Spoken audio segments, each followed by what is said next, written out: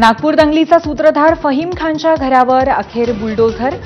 नागपूर महापालिकेचा संजय बाग कॉलनीतल्या घरातल्या अनधिकृत बांधकामावरती हातोडा।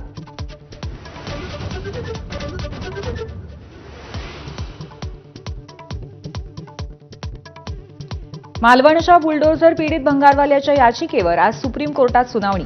23 फेब्रुवारीच्या भारत-पाकिस्तान मॅचच्या वेळी मुलाने देशविरोधी घोषणा दिल्यामुळे बुलडोझर कारवाई झाल्याचा आरोप।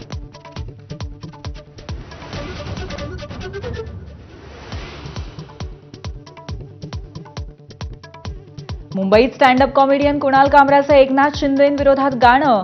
खारमधील स्टुडिओची शिवसैनिकांकडून तोडफोड। कामराविरुद्ध गुन्हा दाखल। उत्तरादाखल घटनेची प्रत हाती घेत कामराची नवी इन्स्टा पोस्ट।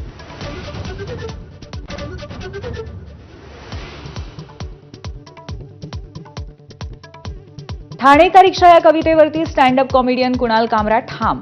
संविधानाची प्रत दाखवत घटनेच्या चौकटीत कोणत्याही कारवाईसाठी सज्ज असल्याचाही दावा।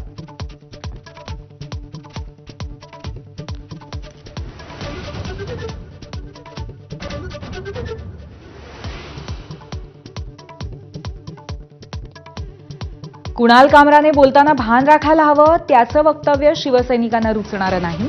गृहराज्यमंत्री योगेश कदम यांचं वक्तव्य। कायद्याच्या चौकटीत कठोर कारवाईचाही इशारा। कामराचा शोध सुरू असल्याचा दावा।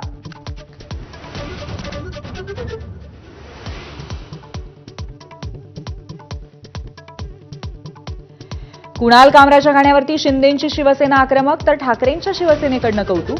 सकाळी 11 वाजता कामराची धुलाई करण्याची निरुपम यांची एक्सपोस्टवरती धमकी।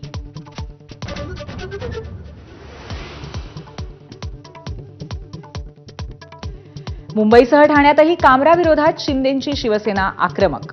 कामराविरुद्ध गंभीर गुन्हे दाखल करण्यासाठी युवा सेनेचं ठाण्यात आंदोलन। मुंबईत पुन्हा तोडफोड करण्याचा शिवसैनिकांचा इशारा।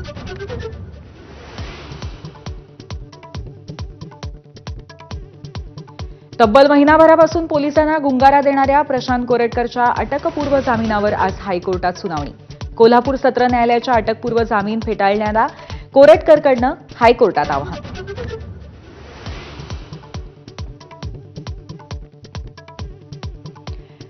छत्रपती शिवरायांचा अवमान करणाऱ्या कोरटकरवर देशद्रोहाचा गुन्हा दाखल करा। नागपूरचे राजे मुधोजी भोसलेंचं फडणवीसांना पत्र। कोरटकरला मदत आणि आश्रय देणाऱ्यांनाही सहारोपी करण्याची मागणी।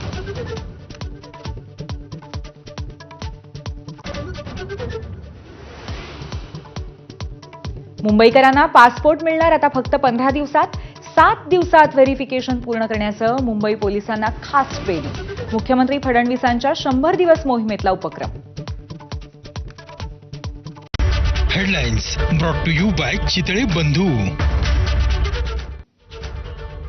ब्रेकनंतर पुन्हा एकदा स्वागत। एक नवीन अपडेट बघूयात। प्रताप सरनाईक हे खार पोलीस ठाण्यात